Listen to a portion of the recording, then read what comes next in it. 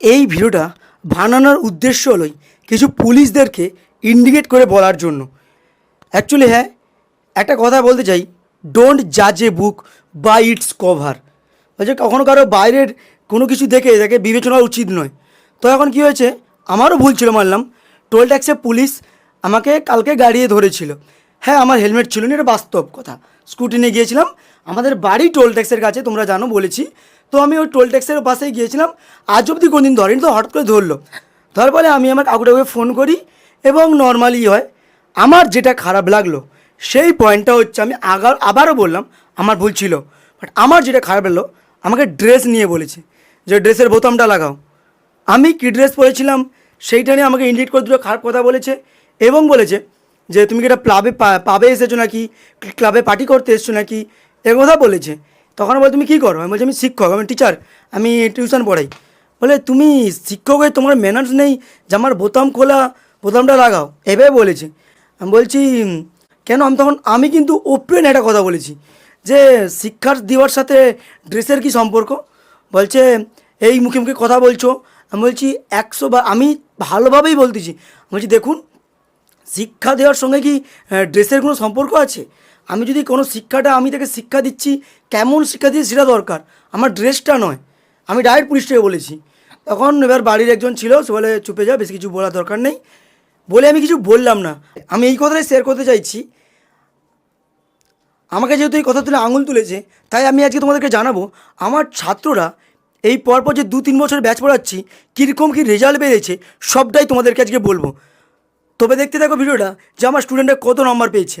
আমাকে ওই কথাটা যে বলে আমার খুবই খারাপ লেগেছে, যে যেমন, তার মানে কি, যেমন টিচার তার তেমনই শিক্ষক হবে, সরি মানে যেমন শিক্ষক তার তেমনই ছাত্রগুলো হবে, আর কীরকম হবে। ওপেন আমাকে এই কথাটা বলেছে, তখন আমার খুবই খারাপ লাগছে। আমি তখন খুবই রেগে যাই, চুপচাপ চলে আসি, যে আমি আমার এর উত্তরটা ভিডিওর মাধ্যমেই দেবো। যেদিন কোনো দিন যদি চোখে পড়ে সেই দিন দেখতে পাবে। তোমরা দেখো আমি কোন জামাটা পড়েছিলাম।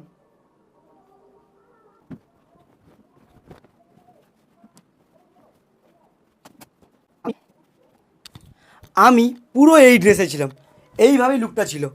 তোমরা বলো তো এটা কি লোফারের ড্রেস লাগছে, বা কোনো আমাকে দেখে কি কোনো, মানে কি তোমরা বলো এটা কি আমাকে কোনো লোফার লাগছে?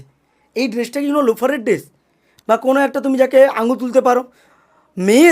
মেয়েদেরকে বলছি, কিছু কেউ মনে করো না, আমি সব মেয়েকে বলছি না।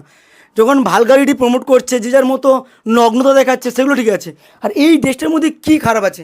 আমি পুরো এই রকমভাবে ছিলাম। তো এই ড্রেসটার মধ্যে তোমরা বলো আমাকে কী খারাপ লাগছে? এইবার হয়তো অনেকে আমাকে বলতেই পারে, তুমি তো এত বলতেছো, তোমার নাম্বার কী হয়, কেমন নাম্বার রেজাল্ট বেরায়? আমি আজ অবধি খুব একটা বলিনি, তো আজকে বলি। আমি এই নিয়ে 2 বছর 2টা মাধ্যমিককে স্টুডেন্টকে বেরিয়েছে। আমার কাছে প্রথমে 3 জন পড়তো, তার মধ্যে মাধ্যমিকে একজন জীবনবিজ্ঞানে আমার কাছে 100তে 100 পেয়েছিল, একজন 75 পেয়েছিল, 75 কি 73-এর মতো পেয়েছিল, আর একজন 60 পেয়েছিল। সেকেন্ড যারা মাধ্যমিকের ব্যাচ ছিল, মানে যে ট্রেনের কথাটা বললাম, ওরা আমার কাছে, ওরাই জোর করে দাদা 11-12 পড়াতে হবে, আমরা পড়বো। তো ওই জন্য আবার আমি 11-12 স্টার্ট করি। এই বছর যারা মাধ্যমিক দিয়ে বেরিয়েছে, এই বছর আমার কাছে প্রায় 10-12 জন পড়তো মাধ্যমিকের ব্যাচে।